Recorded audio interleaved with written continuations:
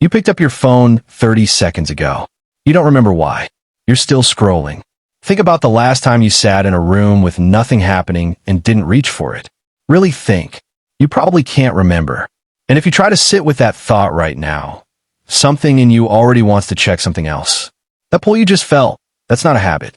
That's a chemical loop your brain is trapped inside. Most people blame themselves for this. They call it weak willpower, poor discipline, laziness. But the engineers who built these apps studied the same neuroscience your therapist did.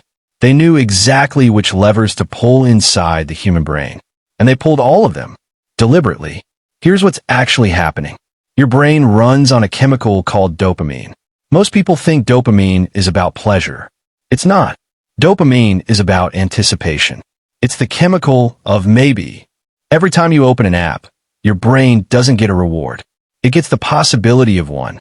A new message, a notification, something that might be interesting. That uncertainty, that unpredictable gap between action and reward, is the most addictive pattern the human brain knows. Psychologists call it a variable reward schedule. It's the same mechanism that makes gambling impossible to stop. Your phone is a slot machine, and your thumb already knows how to pull the lever. Now here's the part that makes it deeper than just dopamine.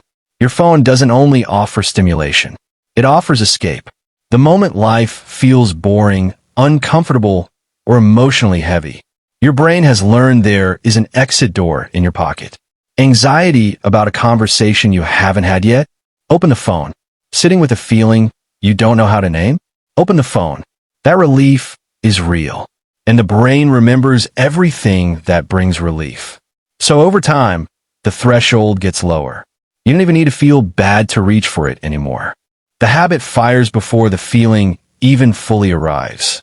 So how do you actually loosen this grip? First, interrupt the automaticity, not the desire. Don't try to want your phone less. That doesn't work. Instead, add 1 second of friction before you pick it up. Ask, what was I just feeling before I reached for this? That one pause activates your prefrontal cortex and breaks the automatic loop. Second, replace the variable reward, not just the behavior. Your brain needs novelty and stimulation. That need is legitimate. Give it a real source, a book you're genuinely curious about, a conversation, even a walk somewhere unfamiliar. The goal is not to eliminate reward.